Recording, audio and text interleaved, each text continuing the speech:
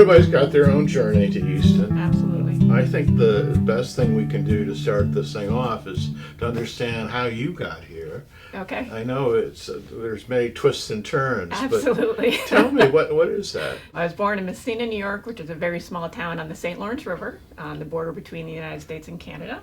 I went to University of Rochester for undergraduate. I have a BA in biology. After that, I worked in pediatric cardiology at Strong Memorial Hospital. I did cardiac research on mice. Met my husband in karate class, and together we moved to Vermont. I went to graduate school at University of Vermont. My husband did his pediatric residency there. From there, we were married, no kids. We moved to Taos, New Mexico, went skiing. We had Will, our oldest, out there, and in 2003, wanting to be near family, my husband's from Columbia, Maryland. My parents and family still lives in upstate New York. We were spending all our holiday time coming back east to see family. And so we actually were running the Marine Corps Marathon the year of the sniper. Wow. And my in-laws had bought a house in downtown Easton and had met Dr. Brian Corden and recommended we meet him and have lunch. So we did, and my husband walked out with a job offer. And we moved here in 2003. And my husband works at Bay Pediatric Center, and we had 2 more children, and here we are. Well, we were talking about the comparison between Taos and someplace else, but Yeah. there is no comparison between Easton and Taos. No, there is no comparison. Taos, it was a great place to live for a short period of time. I think some issues in Taos are similar to what we have here. You have a very wealthy population and a very poor population. Not a lot in between. My husband and I had a hard time buying a house. One of the reasons why we moved back to Easton, because we could afford at the time a house. We were living in an apartment on the second floor of what is now my house with my in-laws on the first floor. And but everyone out there is an artist. They ask you what kind of artist you are, and so it was really a nice place to live for a few years. But we miss it. What was the draw to Easton then? Family. Okay. 100%. Yeah. Well, and is there something about to be said for raising your kids here, yeah? Yes. Yeah, and So- I live right downtown. When we lived in New Mexico and we had our oldest son, I had to get in the car to, go to the grocery, go to the library. The only thing we could do was walk outside. Where our community lived, we butted right up to a national forest. It was great hiking and walking, but, anything else you had to get in the car. When we moved here downtown, I could walk out my house, go to the Safeway, go to the library, walk down to the park, Yeah. and with a little one and then 2 more. I mean, it's really nice to be able to see our neighbors and communicate with everyone. And So were your kids free-range kids? oh, well, we live on a busy street. Okay. Okay. So, to a point, but yeah. Yeah.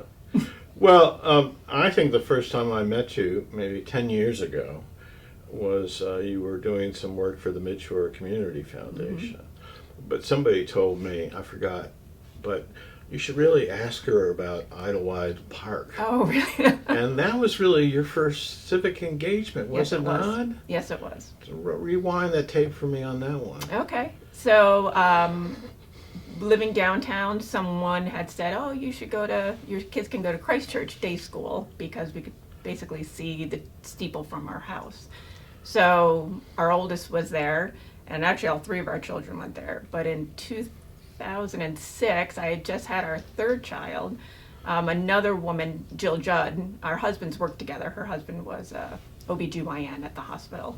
So they knew each other, and we were familiar with each other. We got talking over making sandwiches for a fundraiser about Idlewild Park and the play structure down there. And it just happened that the 2 of us had both gone to the town with pictures and said, hey, can we do something about this? And anyways, over making some sandwiches, we said, hey, why don't we see if we can get together and do something? So I just had Ben. We probably met at our house a week or 2 later and hatched a plan on what to do with the park. You could either, kind of go the traditional plastic metal route, like a game time system, which we are, a lot of people are familiar with, or we could take the hard, custom-built, community-driven idea, and that's the choice we chose. And so it took us a year. We had hundreds of volunteers. Went through the town, got permission to basically build the structure there. and raised a lot of money. And in 2007, with again more hundreds of volunteers, took us about 2 weeks, and we built what we call Project Idlewild, which is a play structure there. And that, I think, launched me into politics because I was working with the town, and you get to meet people. And so when the election came around in 2009, I was encouraged to run, and so I did. I ran for Ward 4. So I was going to say there's a little bit of difference between running a campaign for a playground and running for political office. Yeah. And I am kind of curious about what went through your mind as you, because it's not something that's an instinctive. You're a biologist. Yeah. Just to remind you. Yes, actually, my graduate degree is in biomedical engineering, but it is a far cry, but it's actually a lot of similarities because you're out in the community, you're getting community support for the project. And we, had to talk to a lot of people and raise a lot of money. And really everyone in the community came together. At the time it was Clay Bakers, they helped out, the schools helped out. We went and spoke to every second grader in Easton and have them write down, their ideas. All that translates to politics. I come at politics a little different than other people. Some have business backgrounds or whatnot. I think I come more from the community activist side. And that's what drove me into politics. And with my experience from Project Idlewild and things I've done since then, I think I keep that community piece, in my job all the time. I guess, that brings up an interesting question for me. I mean, when you look at your time on the council and you were saying the projects that you've been working on, where has that been in your own mind the most successful? What are those top 3 or 4 things that you feel like, this is the way I love to work, and this is, I think working for the community, in the community, is what I enjoy most. And really the best part of being on the council for me was kind of the interactions with people.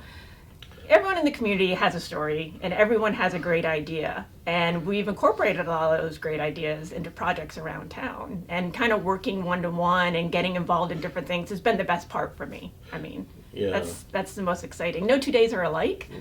And that keeps it interesting and exciting. But when you look at the last couple of years, are there things that the council did that you feel particularly good about? Yeah, I'm really proud about Easton Point Park. It's taken a long time, but I was involved in that probably about 10 years ago. I always joke I had long hair, went to short hair for a decade, now I'm back to long hair. That's how long I've been working on that park. But really, it's the only waterfront park that the citizens of Easton will have access to. That's important, I think, especially in an area where we have, 600 miles of waterfront. That's just not accessible to most people. The extension of the rail trail I'm very proud about. Different projects like Play and Color, where we did the basketball court at Idlewild Park. Very proud about that. So a lot of these community pieces I'm pretty proud. The plastic bag ban, actually, I'm pretty proud. And other little things where I think taking a step back from using the handbook, for example, like we did some modifications to the handbook, and kind of taking a step back and getting everyone around the table and trying to accomplish a goal with everyone's involvement is important. I think that's where how my leadership style is a little different. Yeah.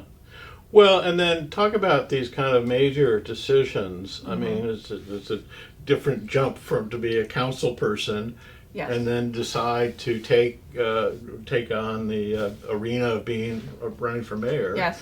And running against the incumbent. Absolutely. And so there must have been, as they say, some soul searching. Absolutely. I've learned a lot from Mayor Willie. We've worked together since I've been, on the council. Obviously, he was mayor all that time. I really appreciated working with him and his guidance and everything he's learned. I'm not running because of anything that's wrong with the town. The town is beautiful. Our bond rating is great. We work on the budget. We work hard. I'm just running because, I feel I have leadership experience in the community. The mayor is a leader and a doer, that position. And I feel like the strengths I have, whether it's working in the community or working on things outside, have led me to gather the skills needed for that position. I guess that when you went through that exercise, there were probably some things that were on your list that you wanted to take on. So one of my big issues is that I'm looking at is affordable housing. Right now, I've worked with staff to have a proposal for inclusionary housing that's before the council right now. We've had 2 workshops on it. It's a big document, and there's a lot to go through it, and we're gonna start looking at it again in April. But that's one of the big issues to me. Keeping our public art, for example, is one of the things I worked on with Playing Color, adding the basketball courts. The town of Easton, similar to Taos, we have a lot of great artists around town. We don't capture that in our community much. And much like the Planning Commission or the Park Board, we should also have a public art commission where we can incorporate more public art into our community. It adds value, it adds beauty, so I think that's another important thing that I'd like to add on if I was to become mayor. As I was saying, the findings will come soon from the survey, Yeah. but if I had to have one takeout, it was the word growth. And that's manifested in environmental impact, that's impacting affordable housing. Yes. All this is somewhat related. But there's still obviously a lot of anxiety about growth. And I guess I'm just kind of curious about your thoughts. Yeah. So, or my failures, I should say, probably as council president, those were a couple of the votes that I was on the losing end on, was, for example, the Gannon property, which is 200 homes out on 328. I lost that vote 3-2.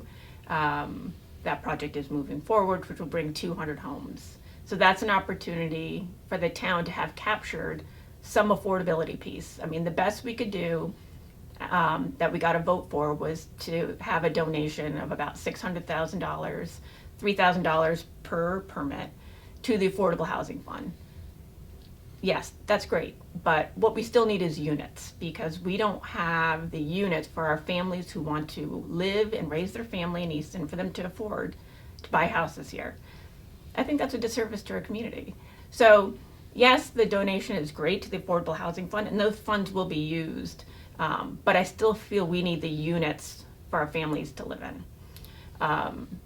The town of Easton will grow. I think we have to be conscious of how we grow and at the rate we grow, but at the same time, not just to grow for growth's sake, but also what can we capture for our families as far as affordability in some of these projects. When you look at your opponents, I mean, what is the differential? I've asked this to the other candidates. What are you bringing to the table that may be missing in other candidates? So I myself, I feel, again, community driven. I have young children still. I have a different perspective. I live in the community, and I work in the community outside of my work on the council. So I think as a community leader, as a nonprofit leader, I run with a friend of mine, a weekend food backpack program called Care Packs. So, I'm involved in the community. I think that gives me a different perspective from other candidates. No. And lastly, we allow you some time to communicate to the community directly, and it's a good time to say, this is something else I want you to know about me, or this is a couple of my other pet projects that I want to see completed. People know me. I think one of the strengths, again, that they know me is from different aspects of the community, whether it's my work at the Y, whether it's my coaching at Easton High School, I now coach at Gunston, whether it's through Care Packs, Neighborhood Service Center, Meals on Wheels. I'm involved in the community. And I think that's a benefit to me. Everyone might say, oh, I know her from this. I know her from the park. Yeah. Or I know her as my neighbor. Yeah. So I think that's a strength for me. So Yeah.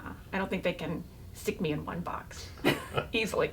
Not easily. Not easily. We've tried. Yeah. Thank you so much. You're welcome.